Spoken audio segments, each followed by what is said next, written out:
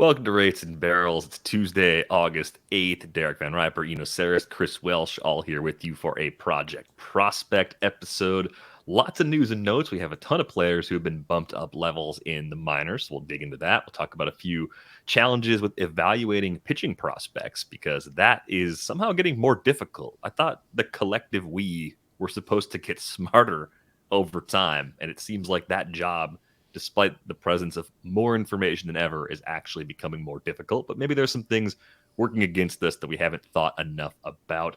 Let's begin today with Curtis Mead. We talked about him on the Friday pod because the news broke that he was going to be promoted by the Rays. We've seen usage over a weekend series, and more important than the short-term value for the purposes of our conversation is the question about his long-term value. We're in that sweet spot right now, late in the year, where teams that are going all in might be willing to trade major league ready guys that were near the top of prospect lists. That describes Curtis Mead. Given the crowding we have right now, he might not be a great win now player. But Welsh, what do you see for Curtis Mead long term? What type of player do you think he's going to be? Is he a smart trade away sort of player right now if you're making an all in push in a keeper league? That's a good question. I think his value's definitely dropped a pretty significant amount to where it was preseason. I think there were a lot. I think the expectation has sat with him for quite some time that the power rises a little bit with a high contact hitter, that he was statistically going to be just a much better player than I'm going to tell you that I personally think he is. Like, I love contact hitters. And this is a guy that makes a ton of contact, also doesn't strike out a whole bunch. Done a really good job over the span of like the last 3 years coming off of the Australian League, keeping low ground ball rates. But he's an all fields hitter who makes tons of contact, doesn't have crazy, crazy big power, doesn't steal crazy, crazy amounts. Just kind of like a new breed of we're seeing these guys. Kind of like how Sal Frelick is. Though Sal Frelick has obviously been succeeding and just hit his third homer the other day. I've always worried about Mead is what is the total counting stat line going to look like? And I don't know if he's more than a 15-15 type of guy. I think he's like a prototypical number two hitter. I think he would be great in this system down the line, hitting two, because again, low strikeouts, 14% at AAA this year with a 12, almost 13% walk rate. And I think it's a points league guy.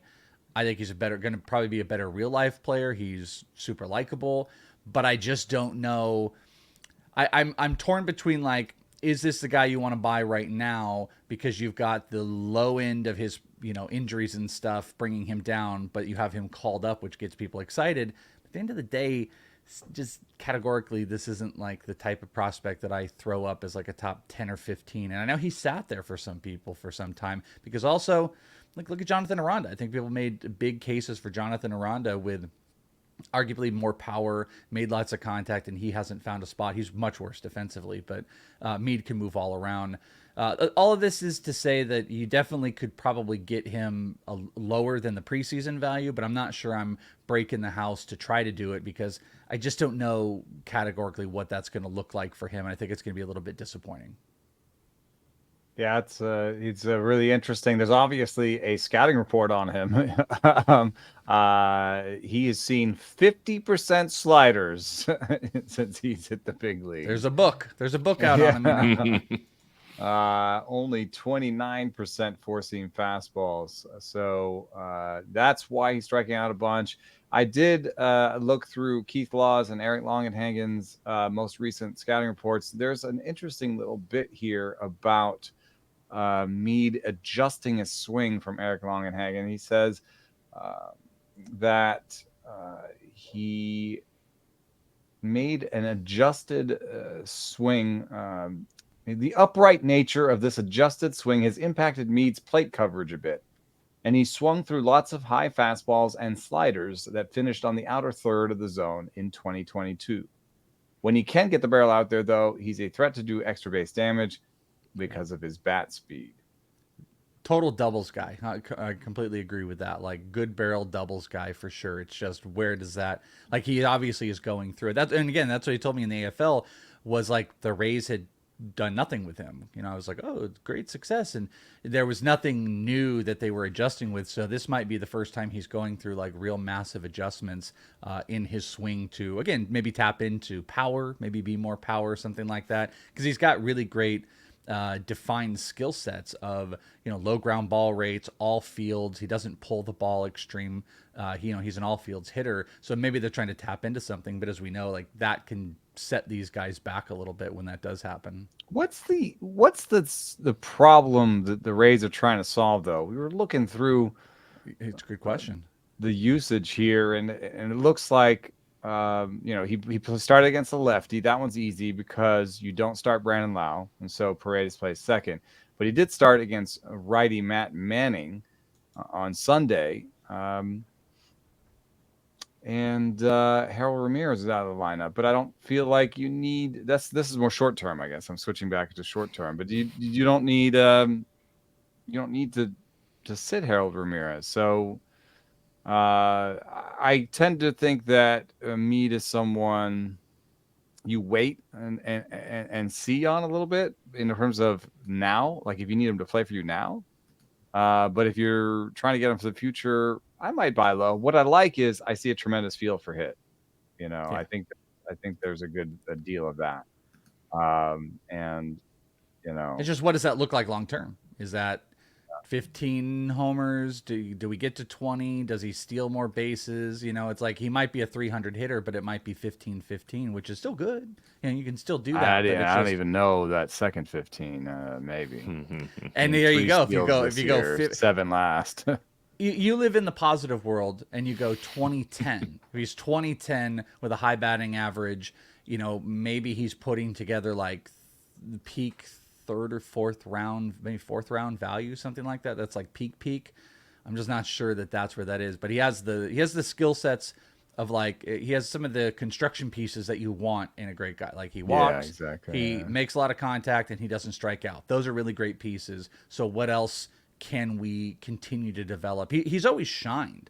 He's always shined at minor league levels. And, he was one of the few guys during COVID when everything was happening. He was playing professional baseball in Australia, so he got to kind of continue that path, which has been good for him. He less disrupted than a lot of other players.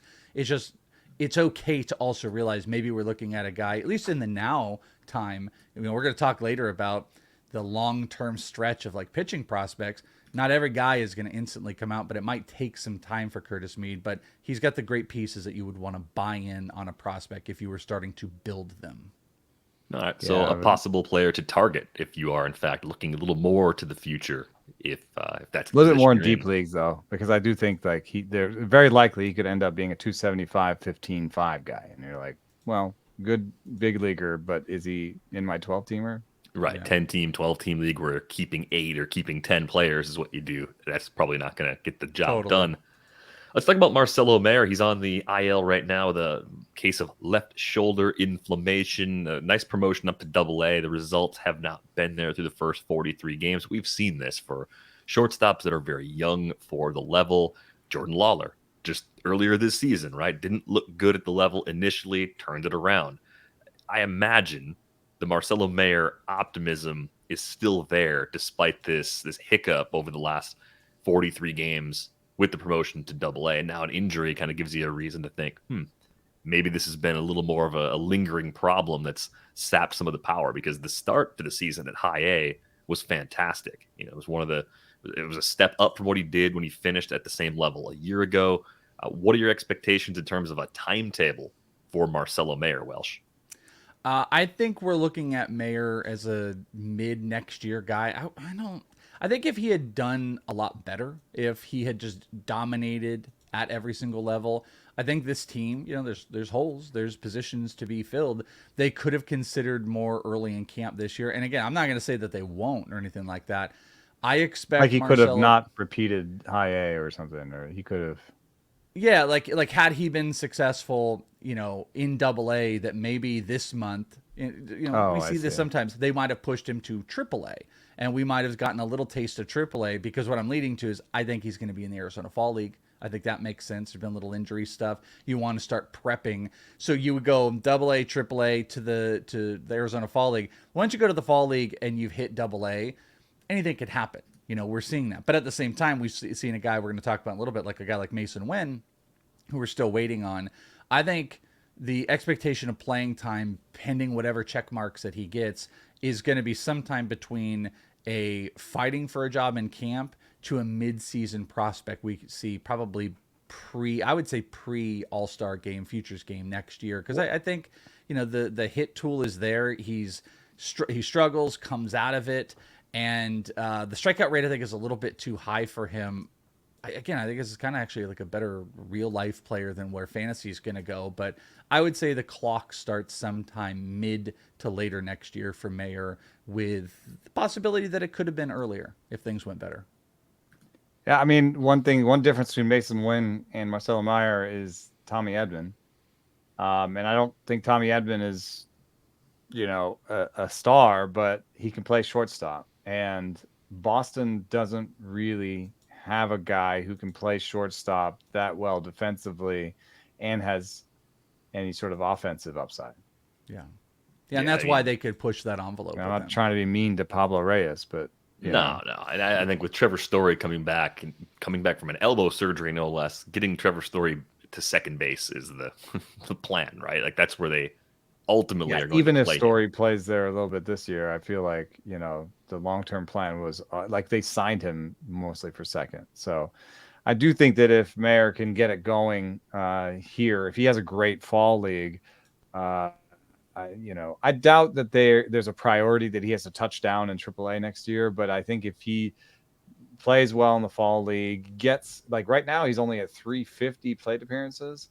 So depending on how long this injury gets him, but with the Arizona Fall League, if he gets to like 450, gets another 100 plate appearances, 450, 500, and he does well in the Fall League, then I think it'll be one of the things where maybe they don't start the season with him in the big leagues, but it's whatever that date is. There's these dates that matter, like late Super April, 2 and all exactly. that. So there's the kind of thing where like he might get another 100 plate appearances in the minors next year, and then be up in the big leagues. But what'll really be interesting is what the initiative is as well for his bat. I would say the high A was good. This year the ISO was over 200, batting average 290. That's like the perfect piece of Marcelo Mayer that you want. 7 homer, 5 stolen bases in 35 games. All of those things were trending to be an upper tier type of offensive player, and then they just tapered back. So what is that about? Is it about the injuries? Is it about something in his approach? How AA is attacking him? Pitching in general has kind of been depleted a little bit in the minors, but we've really seen like a hone in on AA. That is probably the biggest jump so far of any level. I used to kind of think maybe like low A to high A, but that high A to AA is just a completely different look, I think, this year, maybe even the last couple years. So he's got to overcome whatever this thing is that caused the power numbers to deplete, walks less, strikes out more. But the clock will tick, and it'll be interesting to talk to him in the if he plays. By the way, I'm just speculating, and my brain, when it turns to August, I start to speculate about the fall league on the players that I'm selfishly going to get to see soon. I'm assuming he's going to be out here, and it'll be really interesting to see what those changes we see, because sometimes these guys will, they'll try something offensively different. Sometimes teams will bring a coach over, and that coach gets to kind of hone in on those players. They'll have multiple team coaches on each AFL team, that maybe there's going to be something new that they're working on with Mayer, and those will be tidbits we'll pick up in the offseason. But I actually think you were talking about Curtis Mead. I think Marcelo is a really good buy right now. I think offensively, from the category standpoint, he's like a number 3 type of hitter that could steal a little bit more, has a little bit more pop, maybe a little bit less average, that has not had like the best year, and is also injured right now. So this is a guy I would love to try to go acquire right now, looking into next year, even more than Mead. Yeah, I'm still very confident that it's going to work out for Marcelo Mayer. So I would be with you there, Welsh. I think he's a great target, and I think you can be a little more aggressive with him. We talked about some of the leagues in which Mead might not end up being a long-term keeper. I think Mayer has a ceiling that would put him into some of those groups. You'd start talking about the keep 7, keep 10 type leagues. That's more in line with Mayer's ceiling. Let's talk about Masyn Winn for a moment, because he's dealing with a mild glute strain, which makes me think he'll be back soon enough to continue playing at AAA and probably get a late season call up. If he doesn't come back, maybe we'd see him in the fall league. But I think we're still looking more at a late season opportunity because of the trade of Paul DeJong last week. Once Paul DeJong was moved to the Blue Jays, it seemed like the late season call up for Masyn Winn, where they still preserve his rookie of the year eligibility for next year to have that shot at some draft pick compensation. That seemed like the path he was on. Now, from a numbers perspective, there's power, there's speed. The strikeout rate is down with the bump up to AAA. This is a guy that's been 21 years old all season long at AAA, so he's young for the level, having a lot of success. In the context of AAA, it's more like a league average offensive performance, but Masyn Winn also has a rocket arm, as we saw in the Futures game last year. I believe that was last year. My sense of time is a little warped given what's happened over the last year or so, but I still look at Winn as someone that has probably one more level that he will likely unlock before he reaches his true talent peak. And this is like the reverse Curtis Mead. Curtis Mead might be a better real life player than fantasy player. Masyn Winn might be a better fantasy player than real life player at the plate because of his ability to steal bases on top of that power that we're seeing. Yeah, at that's interesting how you said that, because I was about to be like, I don't know about this, because Masyn Winn might be the best defender of anybody that we're going to talk about. He's got the best arm. He's major league ready, and I don't think that's been a question. It's been about his bat being consistent, cutting down strikeouts and stuff like that. And they've just been too positionally stacked at the top. But yeah, from an offensive standpoint, he might be a little bit slow going. I feel like he's had some of the same thing happen in the AFL, is a little bit slow going. Then he starts to roll. I think he's put up a very quiet, solid season. 17-17. He almost has 100 runs. Just think about that. 92 runs in 100 games played this year. He's lightning fast. Absolutely can barrel up the ball, even for that body size. And, making the adjustment from hitting 258 in AA to 284 in AAA, while that might not be like super exciting for people because AAA is kind of but you've also cut by around 5% the strikeout rate. ISO went up a little bit. Not a ton of ground balls. Does a good job of barreling. It's just going to be about learning, and whatever the major league adjustment happens. Like you said, Curtis Mead is seeing 50% sliders. Like we're going to see something similar with Winn, and I think it's actually going to be the high fastball. I think he's going to get attacked high fastball stuff. So it'll be how he adjusts. But his offensive upside is one of those guys where he could hit like 240, but he could have a grip of homers and stolen bases where, we see a guy like Curtis Mead who could be hitting 300 and he could have half of each of those. So even the batting average struggles, he's definitely more of a counting stats guy. I really like Masyn Winn. I think he's a great bet for next season, because I think even if the power struggles, there'll be a lot of stolen bases in there. It's kind of Tommy Edman-like, but I think there's more upside. I liked him a lot less before he got to AAA, and that's maybe funny to say because he's only got a 103 WRC plus at AAA right now. But Masyn Winn at 21 in AAA with a 103 WRC plus, A, that's good. B, a 110 max EV. I finally got a max EV, number for him. And that changes how I feel about his power, because you could look through and see 180 ISO in AAA for Masyn Winn, 174 in AA, 127, 095 in high A. You could see a lot of these places and say, is he creating those ISOs with his legs? Is he turning singles into doubles? And, another nice thing is 17 homers at AAA this year. So between the 17 homers and the 110 ISO and the 21 years old, I like Masyn Winn a lot more than I did before. I thought maybe this was a guy that wasn't going to hit many homers going into the season. And now that I think maybe he can manage, even if he can only manage 110 ISO, 110 max EV does not mean that he's going to be a power hitter, but it does mean that he has good raw power. So I think he can manage at least 15 homers. If he can manage 15 homers, then we've got Tommy Edman again.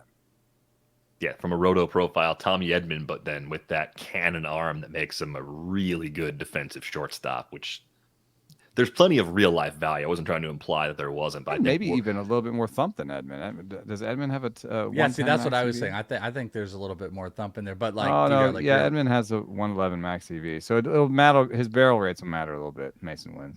But like you were implying, DVR, with the defense, that's one of those fantasy things you don't look at sometimes, but you're like, he's so good defensively that it's hard to not have him in the lineup. That's a Right. guy that you want to make sure you are finding a spot for no matter what, and Whereas just probably keep him at shortstop.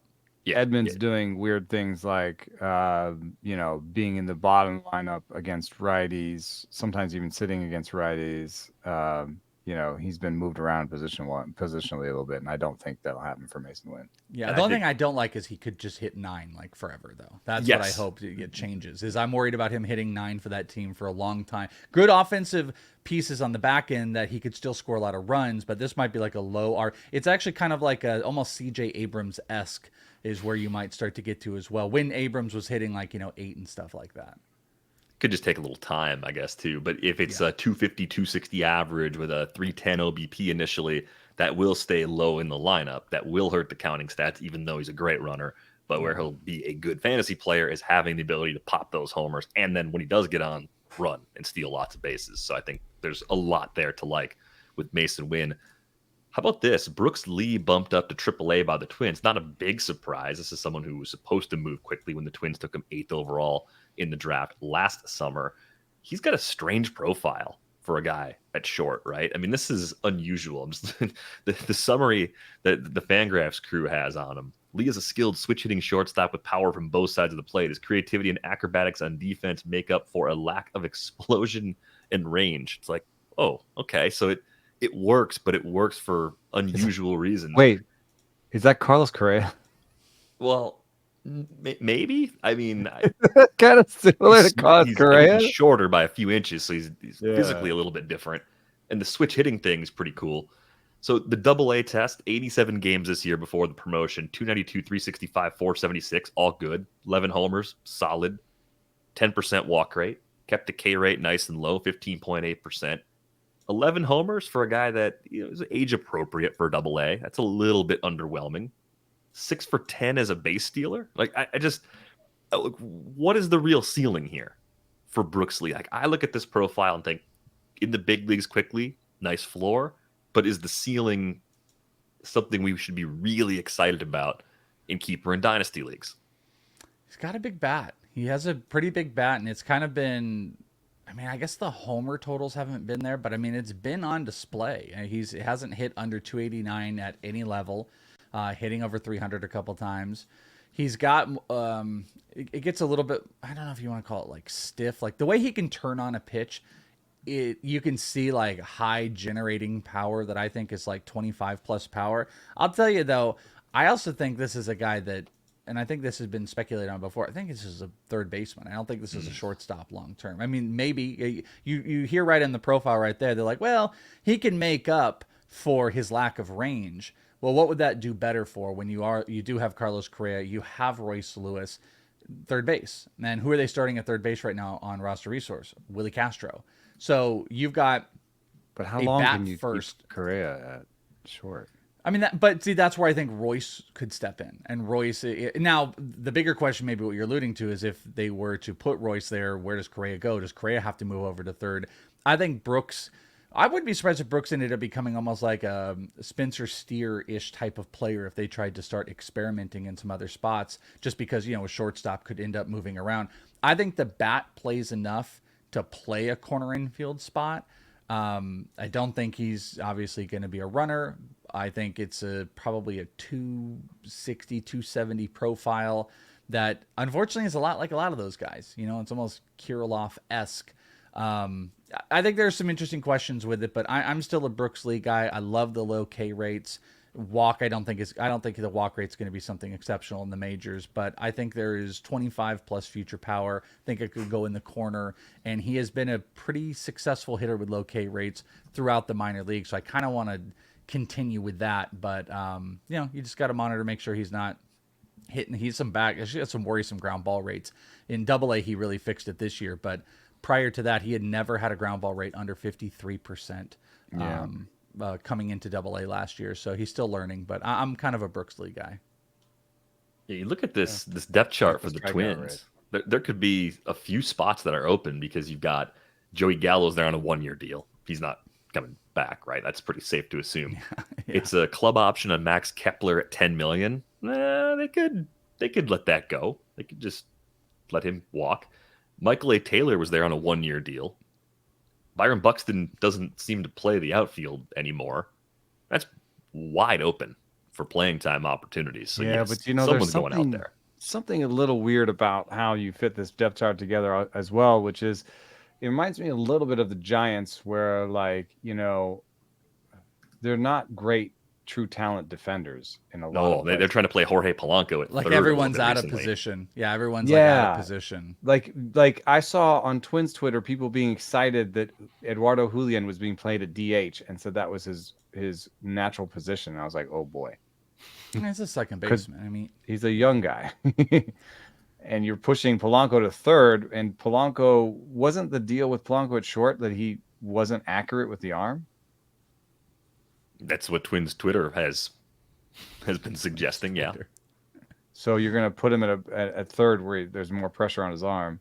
Royce Lewis, I'm surprised to hear you say shortstop. Maybe you're right. I just feel like with these injuries, like there's definitely research on like running backs and NFL position players where their athleticism takes a real hit after ACL surgery. We're talking about 2 now for Lewis. So I just can't imagine that he's going to come back and have the range he used to have at short. So I'd almost think already still better than Brooks Lee. Like, I don't know. Like, maybe we're undervaluing Brooks Lee. Maybe all of this is to say, like, oh, they'll just find a spot, and then there is a Correa move off, and Correa goes to third, and Brooks Lee goes there. Because the other thing I'd point out, DVR, you mentioned all those players. Every single one of them is outfield. So the problem is Right. they have a glut of guys on the Julian play infield. the outfield? I think he could probably play left. Royce has played, like, Royce was a shortstop. Royce played shortstop. But Royce for played the outfield a multiple little years. bit when they were full. Well, the interesting thing that happened too was in his AFL year, they didn't allow him to. They actually said, they're like, sorry, buddy, we're all full. If you want to come here and play other positions, you can. Because that was when that team had Geraldo Perdomo and Vidal Brujan on the infield. So Royce came and played third. He played left. He played center. And I think he might have even played second. He never got to play short. But he was still like, I'm going to be a shortstop. But he's become so valuable. All this is to say is like, you could have Royce in the outfield in center. You could put Kirilloff in the outfield to cure this. And maybe you could throw in a Julian or something like that. But you're kind of back to what you were talking about. You're back to out of position stuff. That's a garbage outfield. That's a garbage defensive outfield if you do that. So you still have a glut of all of these players on where they're going to fit. I just think Royce is the only guy. Royce is the top guy to fill that shortstop spot in my mind if something were to go on with Correa. And they've got just 3 or 4 different players that could play on the corners. I think Julian could be a first baseman if they wanted to go that route as well. But Brooks Lee is kind of at the center of this, being close to the majors with all these guys that are playing out of position. Oh man, there's more recent Kirilloff injury news, and it's not even his wrist anymore. Cortisone shot for his strained right shoulder. I think they said they were feeling good about that he was going to come back soon, though. But it's more stuff. Yeah, and he still hasn't hit a ball 109. That's weird. That's the biggest shock to me of all of them. Like, you take an L on that because that guy is such a smart hitter. You know, his dad's a hitting coach. Like, that guy is just very, very in tune to the bat, and the bat it has these moments. It's like 3 weeks, and then he gets injured, or it's just. I would love a full healthy season out of Kirilloff because I really think there's a 30 homer season in there. But you do worry about, I guess, the high end power of. Does he really not have over 109? Not at any level. I was going to say this year. I mean, not at any level they track it. So we've got AAA this year, and then the majors 3 other years. So I don't know. That's crazy. Couple more players with recent promotions. How about Tyler Black getting that bump up to AAA? I think it was just last week. Maybe it was 2 weeks ago. We talked about him as someone that could move. Yeah, the issue is going to be where he fits in defensively, but I wasn't anticipating Luis Urias getting traded. There's one fewer infielder who, when healthy, was getting a lot more playing time. The question is, where exactly does Tyler Black play? He's mostly played third base this year at Biloxi. I imagine they're going to use him at the same spot, keep him at third base at Nashville, and see how it goes. The offensive profile, like we talked about before, it's enticing. I think there's a case for the Brewers to give him a look this year. If he has couple nice weeks at AAA, they could squeeze one more bat onto that roster. I think they might have been one player too light as far as adding at the trade deadline, so they're probably relying on Rowdy Tellez coming back or Jesse Winker coming back, and if those guys don't show something soon after their IL stints, shaking it up with promotions from the minors probably is the only other move left in the bag for a Brewers offense. It's been pretty inconsistent, but are we buying Tyler Black as just a guy that will hit through his defensive shortcomings, similar to Edward Julien, who came up earlier with the Twins? I mean, this is another guy where maybe the defensive limitations aren't as extreme, but there are legit questions about where Black will fit defensively. And this is an outfield that's really crowded, so you can't just say, put him out in left field. He hits enough, because that's not really an option based on the way that team is built right now. As a second baseman, he also played second base, so they're promoting him, dude. I mean, they're promoting him. They're not saying you need to stay here and work on your defense, and they are thirsty for offense, dude. I don't need to tell you this about your own team. Yes, I'm aware. Especially a team named the Brewers and being thirsty. But, dude, they could... Turang is a disappointment for me. I'm not saying that I thought there'd be much more, but 75 WRC plus, it's being floated just by the glove. I mean, maybe you keep him on the roster for the glove and you have a Tyler Black offensive defensive type platoon. I don't think that Monasterio has done enough to impress me to say that I need to keep him up. And just in terms of his batted ball quality, 106 in 300 plate appearances, 106.3 max, 4.7% barrel rate for Andrew Monasterio. I know it's like okay everywhere, good walk rate, okay strikeout rate, good whiff rate, okay enough. But if you think that Tyler Black is more of a standout, then you bring up Tyler Black, you do Black and Turang. And if you need to keep Monasterio up, is there a way to build a bench? Oh, no. You're making me build a bench with this roster that frustrates me on a daily basis? Who else but you? So, starters, Christian, Joey, Sal, Brian Anderson, Willie Adames. We're going to put Turang as a starter. Santana, DH Tellez. Oh, so Canha is bench. Contreras, Caratini. Contreras, Caratini, Canha. You have two more people you can put on this bench. Did I do that right? Two catchers. I'm staring right through it right now. 9, that's 11. With Canha, it's 12. No, you have one more player.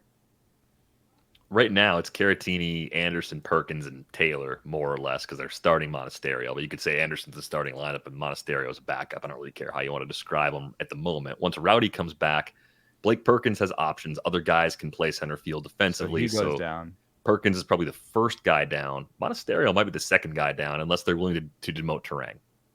Turang's glove is fantastic. He's an outstanding... it's a question of Tyler Black. Is it a question of only one of Tyler Black, Bryce Turang, and Andrew Monasterio?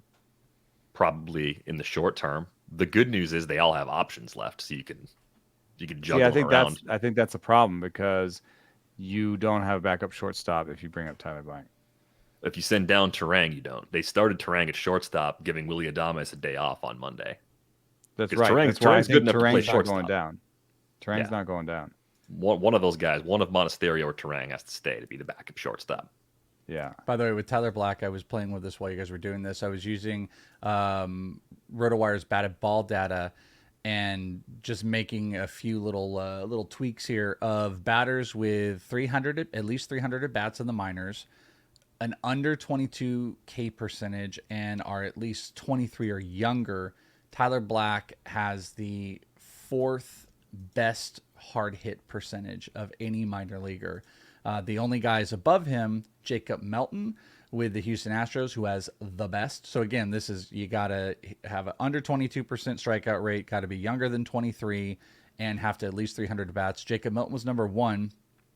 Gabriel Gonzalez, who is the only teenager out of this, had number 2. Liover Peguero, who's been to the majors, at number 3. The other two guys, by the way, have been at high A.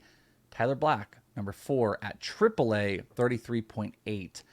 So fourth on that list, and probably outside of Peguero, the most advanced of either of those guys. And there's only a few others that sit in the really solid range of like 30. There's actually only 5 more players that meet that qualification that have a 30 or higher hard hit percentage after Tyler Black. So Is 9 there total players. Everson Pereira on there? Pereira, I'm gonna K-rate guess might be too high. his K rate is too high. Yeah, because I kept a low K You did a rate. K on rate. this. Sorry, I missed that. Yeah. I kept a K rate on that one. I did want to go off the rundown real quick to mention that Andy Martino is reporting that the Yankees are likely to promote Everson Pereira this season to play left field. As soon as September hits, that makes sense. This is a guy with a 114.5 max EV.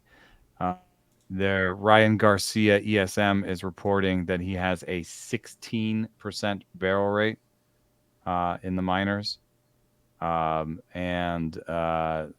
then there's also from Thomas Nestico, TJ at TJ Stats, Z contact 13th percentile, O swing 35th percentile, whiff 7th percentile.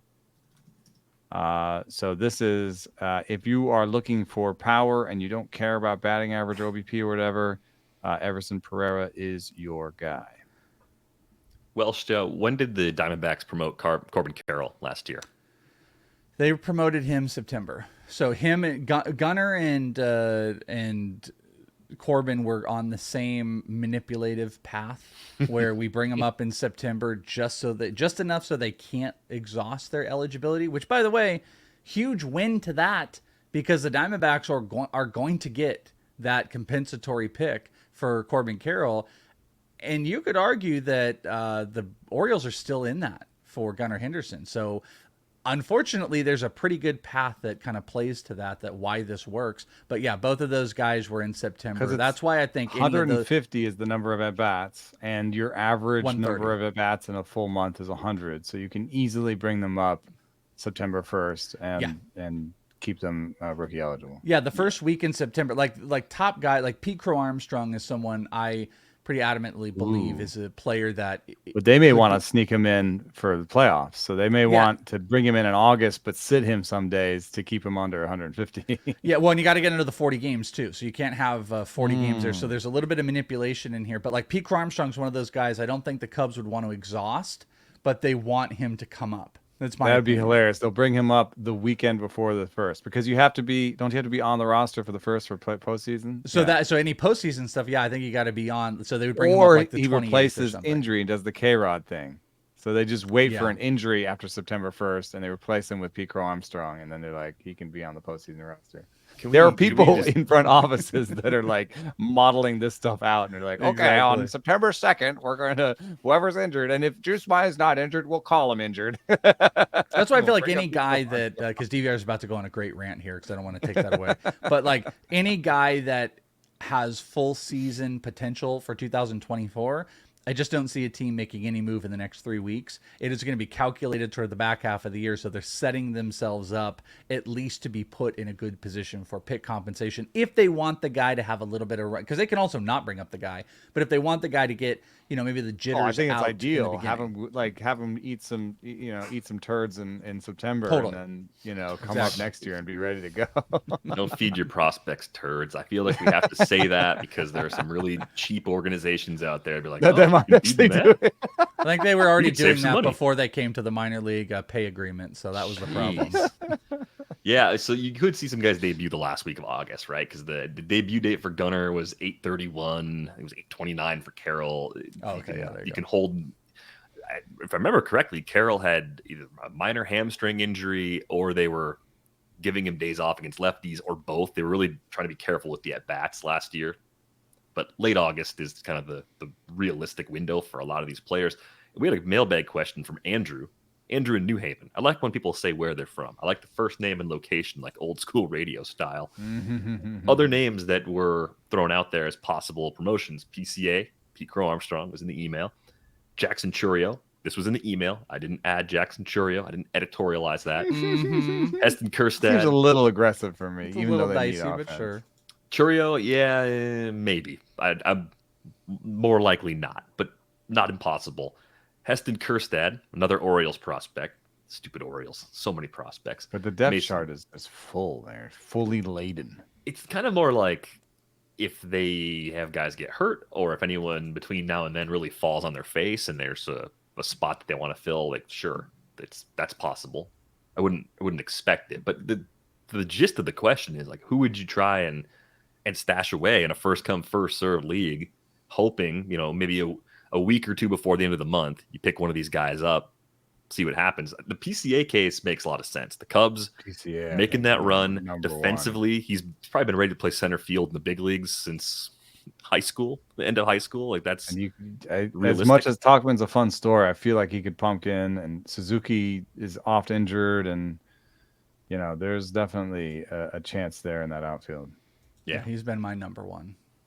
Yeah, so I think that's probably your sneaky, like, get him now in a first come first serve league, maybe even a week from now. But if you get the spot, you might as well just burn it. Yeah, up if now. you could bite it. I'd also throw out like Colt Keith. I think we've been waiting on that one. Colt Yep. Keith is another one of those that he's gotten, looks like 28 games in at AAA. He's over 100 at bats.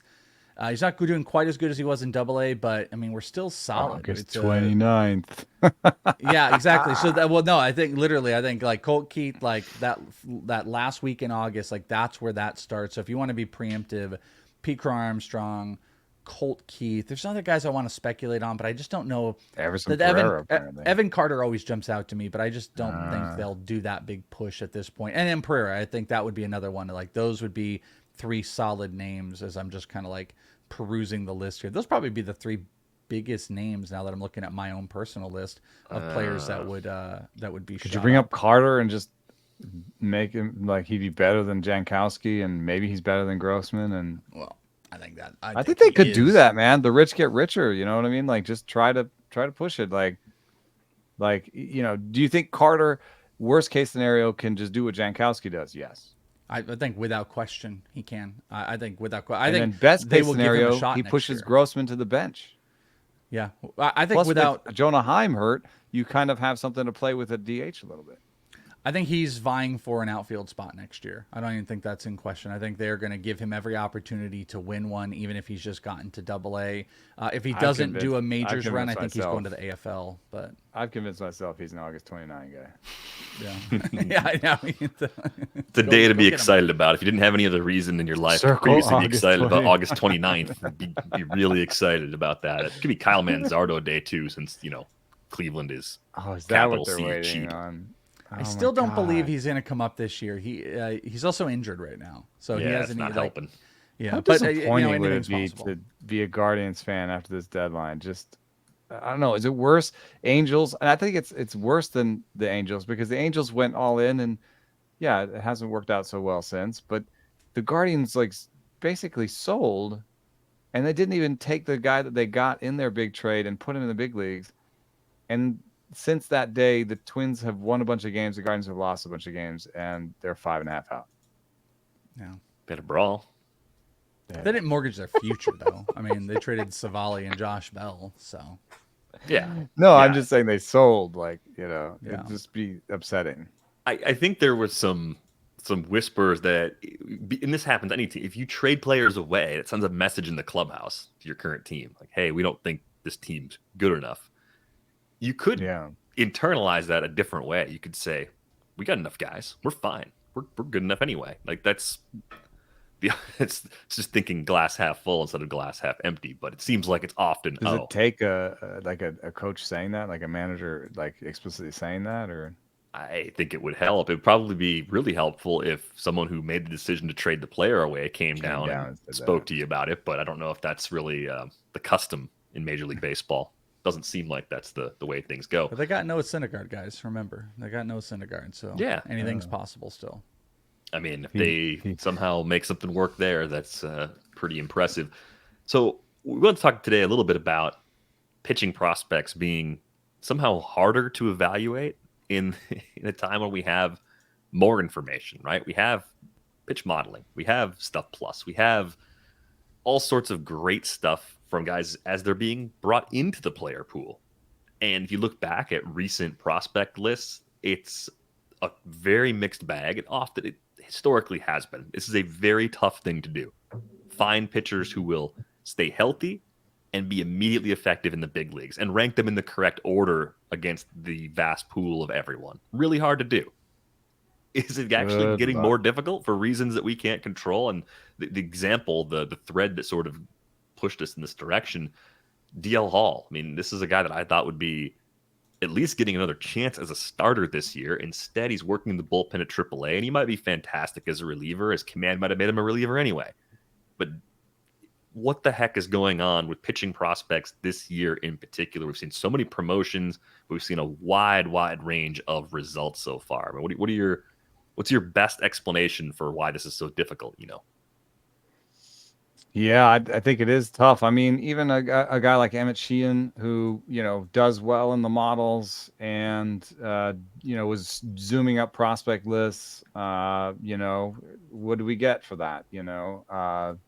And, I think, first of all, I think the number one thing is it's just, being a starter is harder than being a reliever. That's very obvious. But, have to put together all your pitches and, figure out how, like what we're talking about with Clark Schmidt in my interview about, you have to have pitchability. It can't just be a stuff plus machine. You kind of have to, pitch a suboptimal pitch in order to set up another pitch. And, that sort of thing, I think, just comes with time. But I also think that there's a confluence of the trauma of 2020 with changes in how people are attacking the minor leagues that are coming together to give us really inconsistent playing fields. And the way that I think of this is, some teams, some players, some pitchers did not miss 2020, and they were at the alternate site, so they pitched through that. Then Bobby there are Miller other is a pitchers. perfect example. What's that? Bobby Miller was just the prime example of that, by the way, who's actually pitched on a televised thing at that level. Yeah, right. I think Shane McClanahan too. I think he actually got hurt pitching at the alternate site in 2020. Right. So, but so you those people stayed on track, and then you have other pitchers that use the time off to get better, and it's a little bit easier to do that than as a hitter, because you're just I'm going to shape this pitch. I'm going to add this velo. I'm going to do exactly what I need to do to add velo or whatever. You can just have a whole off season plan for an extra season, so some pitchers got better that way, but you also had inconsistent monitoring of injury while they were away. I mean, there were some teams that were just hey, good luck. And other teams were sending them, elbow, monitors, pulse sleeves and catapults, and being give us every piece of data you're willing to give us while you're working out, because we can't see you right now, So there's a big disparity there between organizations and what they did with that. And then coming out of that, we started talking about, if we have these major league pitch grades, we have these stuff models, right? And if you say, if my major league pitcher, if my minor league pitcher has a major league pitch grades on his pitches, why is he in the minor leagues? So you had some organizations who responded to that by pushing their pitchers pretty fast through the minor league system. And I think you had a great example, Derek. You were talking about AJ Smith-Shawver. It's just what? Yeah, that was one of those promotions where you're okay, we knew they were quick to move position players they needed, but Atlanta's going to have a 20-year-old, a young 20-year-old debut and pitches as a World Series caliber team. This is very surprising, because it wasn't like AJ Smith-Shawver had the Yuri Perez level of hype behind him either. That was the other part of it that was surprising. You can once in a while see it with the extreme outlier, highly advanced, everyone loves him sort of prospect, but that came out of, for me, it came out of nowhere. But also it came out of everything changed too. Necessity, maybe. Yeah, injuries. Two pretty big injuries in the rotation early in the year, right? But coming off of whatever was happening with COVID, where some teams washed their hands, some teams were hyper aggressive, development was stunted. We kind of had to even be I can't really focus on age to level in 2021 because of everything that was missed. The other thing that happened, what we're seeing this year, because I think we should definitely do this if we can, but we were looking back at the last couple years of the ranks over on Fangraphs for the starting pitchers. The one thing you see this year over the prior years, which has changed over this 3-year window, is the teams made that decision where they're just we are going to take those major league grade pitches, especially if a guy throws 2 major league grade pitches, and we're not screwing around and we're bringing them up. We see more guys as far as the ranks go compared to making major league debuts this year than I think in any other year. Teams were kind of babying it.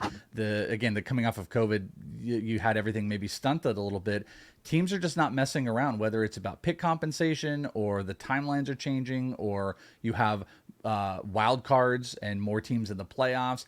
People are just not babying those bullets they have with these pitchers. And then the clear one is the injuries. Injuries are prevalent. Every freaking pitcher is getting hurt in some capacity. It feels like some point of the first 4 years of their career, the teams have finally just had enough, and we're getting pitching prospects that are pushed up to the majors, which also might be bringing back the production level of why they don't look as good, because they are being pushed. It seems, not every team, but it seems like they're being pushed harder. And like I said, this year seems to be at a head, where we also had guys jumping from AA, more guys jumping from AA, it seemed like, than most years from a pitching perspective. Bryce Miller didn't pitch at AAA whatsoever, and he just moved up. So it definitely seems like there has been a calculated change to, as much as we've always talked about, don't waste them. There's no pitching prospect. They said, we're not doing this anymore, and we are throwing them back up, but we've had mixed results. Yeah, I think the Brian Wu, a teammate of Bryce Miller, also skipped over AAA. You said, well, she saw him at the complex last year. I haven't been able to get over that. The opening day of the Complex League last year, which was July, by the way, I watched him pitch. And I have a video of it. And then a year later, he's pitching, almost a year to the day, he's pitching in the majors. That type of movements, it's not unheard of whatsoever, but it's a pretty They're definitely a big team movement. that goes by the philosophy, if my guys have major league pitch grades, let's put them in the major leagues. Yeah, you know? unless your name is Emerson Hancock. So maybe he doesn't. Maybe that is a telling thing also, Maybe he by the doesn't way. have a major league pitch Maybe he grade. doesn't have those major league grades. That might be. So teams might also tell us, if we understood all the philosophies of these teams, we might have even kind of a better inside grip on who is what. Brian Wu beating Emerson Hancock to the majors is not something I would have bet on at really any point.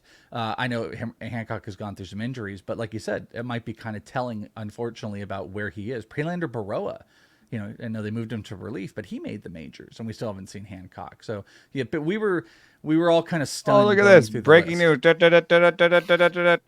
The Seattle Mariners are calling up top pitching prospect Everson Hancock, according to sources familiar with the situation, says Mr. Robert Murray.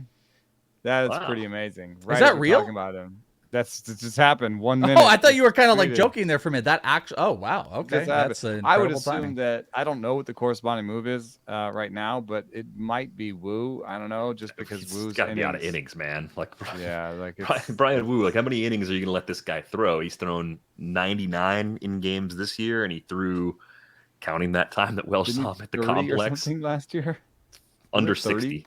He was in the AFL too. He pitched in the 57 AFL plus AFL, so he might have a little more left. But yeah, the Brian Wu shutdown, I would assume, is coming before the end of August. If they're maybe they're going to a him like a six-man. starter, they could piggyback those two.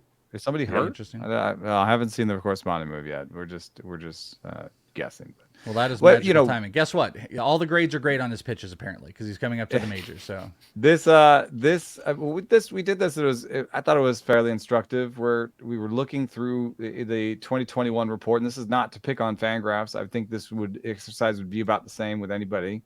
But we looked through the top 50 pitching prospects, and we found one guy who has established himself as a top 30 pitcher, right? Logan Gilbert. yes. Yeah, we're looking through that the two years ago, the 2021 report, and I will echo what you said. This is not at all throwing any shade at Fangraphs. We love the work that Eric Longenhagen and the team over there do. It's just finding a list that we could look at from 2 years ago. It was very easy to access, and like what also happened to wanna this group? Clarify top 50 of the top 100, so not the top 50 pitching prospects. Yes, right. People heard So that. there's Overall 17, Yeah. there's 17 pitching prospects that were in the top 50 overall. Logan Gilbert was the only one who has established himself already. And some of this has to do with timelines and stuff. And some of these are wild because Ian Anderson was the third top pitching prospect ranked 12th overall, and he looked like he had established himself as a top 30 pitching prospect at one point, and now hasn't. But so there's a lot of up and downs in these people's lives, but other pitchers that made it and have established themselves as starters at least are Mackenzie Gore, Grayson Rodriguez. I'm going to give him that one. Josiah Gray and Tarek Skubal. Those are the only ones I would say are established and good where they are. Maybe Michael Kopech. That's it. So now we've got sort of 5 or 6 established pitchers out of 17. So just wanted to give people a sense of like how difficult it is. We talk about 50-50 bust rates on top prospects, but those bust rates sometimes are, did they come to the major leagues and contribute? And yes, if you look at these 17 prospects or whatever, there's about 7 of them that made it to the big leagues, but some of them are Nate Pearson, Matt Manning, Casey Mize, where you're just like, that's DL Hall. It's still a huge question mark of what their role is in the future, if they're big leaguers even. Maybe Matt Manning at least could be a reliever, but and one thing I wanted to point out too was if I know there's some people sitting here thinking this, but we also acknowledge, because I joked with both these guys, I said, guys, guess what? We just uncovered that there's no such thing as a pitching prospect. So FinStat, we uncovered that while we were talking about that. But to the point, it was more a bigger question about the production of pitching prospects seems different because the guys that are advanced are getting out of systems and out of the minor leagues quicker. The guys that are sticking around might have bigger question marks more than anything else. And just the overall development is looking, we're trying to pinpoint what it is. In my top 50 dynasty prospects that I do, I have 2 pitchers. I put 2, and that's, I'm sorry, top 35. I have 2 pitchers. I have only 6 total pitching prospects in my top 50 overall dynasty prospects. And that's probably the least that it's ever been because the pool is being depleted and the best guys are coming out. And it brings into quite these bigger, more philosophical questions of like, if you have overall pitching worse in the minors, what do you need to really pay attention to with even hitters and looking at what hitters are doing at certain levels, maybe the higher levels. I mean, AAA seems to be pretty devoid of pitching talent. AA, they're starting to, be pulled out. Complex is trash, so like being able to decipher offensive production, maybe some gaudy offensive production numbers versus what is happening against the pitching is something to really think about. A guy that jumps out to me is like Jonathan Clase. Clase has put up video game numbers this year, but has insanely worrisome strikeout rates. What's that level of pitching competition that he's been going up against versus what might normally be there? So I don't even know if we totally came up with all of the answers to all these things outside of bringing bigger questions about what does the depletion of advanced pitching prospect do to minor league production. I had the examples that by Stuff Plus, even limiting it just to starters, in the top 10 of Stuff Plus in AAA, only 2 of them are still in AAA. Everyone else is either hurt or in the major leagues. So, that's a place where people are just kind of cycling through. I also had the example that there are only 14 pitchers this year with above average Stuff Plus and more than 1,000 pitches at AAA. So, that's just a place that people are, kind of combing through. And I think it's, you're a pitching team. Randy Vasquez is one of these pitchers. His command is pretty terrible, but if you're the Yankees at some point, you just need him. I'm surprised I haven't reached for Will Warren yet, but he's one of the other guys that's closing in on 1,000, and he's one of the guys in the top 10 that's still in AAA. But it's a combination of needs at the major league level, being able to rush people, and then you have the hitters, who I think the hitter side of the 2020 thing is trauma. The trauma in 2020 of the lost season was way worse for hitters. And we saw that coming back in 2021. They were way behind pitchers for like the first 2 months of the season even. So, the hitter trauma, I think, goes back further. And so, then you had teams that reacted to that being like, well, we're just going to treat like we're going to say like 2020 happened, and we're just going to put guys that would have been in low A in 2020, we're going to put them in high A in 2021. Other teams were like, no, 2020 never happened. We're going to put all the guys who were supposed to be in low A last year in low A this year. And so you have a very you have teams advancing at different levels. So you have very uneven competition where you have some teams rushing their pitchers through because they have major league pitch grades, and why spend any innings in the minors? Other teams being more conservative, or maybe having healthier major league squads and not needing it as bad. And then you have these hitters that are at different levels. So I think we've shared the age at level research, and we think it's important, but it is interesting to think that it's probably not, especially now, something you can just sort of blanket. By the way, here's a pitch clock, attacked ball as well. Yeah, right. Yes. ABS, we're gonna ABS Monday through Wednesday, but not Thursday through Friday. have fun. And you have 2 less levels in your minor league system, so you've got to clump in specific players, and you don't have as much wiggle room anymore. So have fun, guys. Right. Yeah. It's You're gonna get cut multifaceted. These are all reasons why this has been such a difficult window to figure it all out in, with evaluations in general. I think the contraction of the minor leagues, going down to 120 teams, a lot of guys have to be fast tracked because there's nowhere else to play them. That changes things. If you have hitters that were fast tracked going up against pitchers that are more advanced, those pitchers are going to have some amazing numbers. So they're going to get promoted faster. There's all these things sort of working in concert with each other, and then out of concert too, in some ways, where it's just madness right now. So I don't know. The takeaways, it's just very hard to evaluate minor league players. And I would say, don't look at this year's rookie crop. I was just looking at them. Don't look at this year's rookie crop and just be like, oh yeah, what are you talking about? Hunter Brown, Tanner Bybee, Bobby Miller, Logan Allen, Andrew Abbott, Bryce Miller, JP France, Gavin Williams, they're, rookie pitchers are a great deal. Remember that we just pointed out there's Ian Anderson types, there's, Casey Mize, Matt Mannings. There's people who can shine bright at the beginning and then don't have that staying power. And so, of these top 10 pitchers that have made it as rookies, maybe 5 of them will actually be top pitchers in 2-3 years. And focusing on floor-based things, with pitchers, finding guys, with just solid command numbers that can go deeper into games.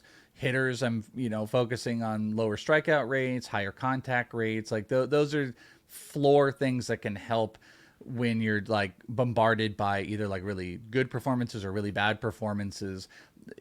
I guess it kind of also goes back to the paying attention to the smart people, Keith Law and Longenhagen, those are, a great guy. Find the people that are giving you the whole package of tools and not just focusing on numbers, because numbers they're a little bit odd. They're a little bit odd, and I don't think we're in a space where we can fully understand, what the magnitude of it's going to do versus how we're valuing players. Yeah, well stated. So many moving parts right now in the minor leagues. We'll keep working at it, though. We'll see if we can break it down a little bit, crack the code, find some sort of grounding elements in all of these chaotic variables. We are going to sign off on our way out the door. A quick reminder, you can get a subscription to The Athletic for $2 a month for the first year at theathletic.com/rates and barrels. On Twitter, you can find Eno at Enoceris. You can find Welsh at IsItTheWelsh. You can find me at Derek Van Riper. That's going to do it for this episode of Rates and Barrels. We're back with you on Wednesday. Thanks for listening.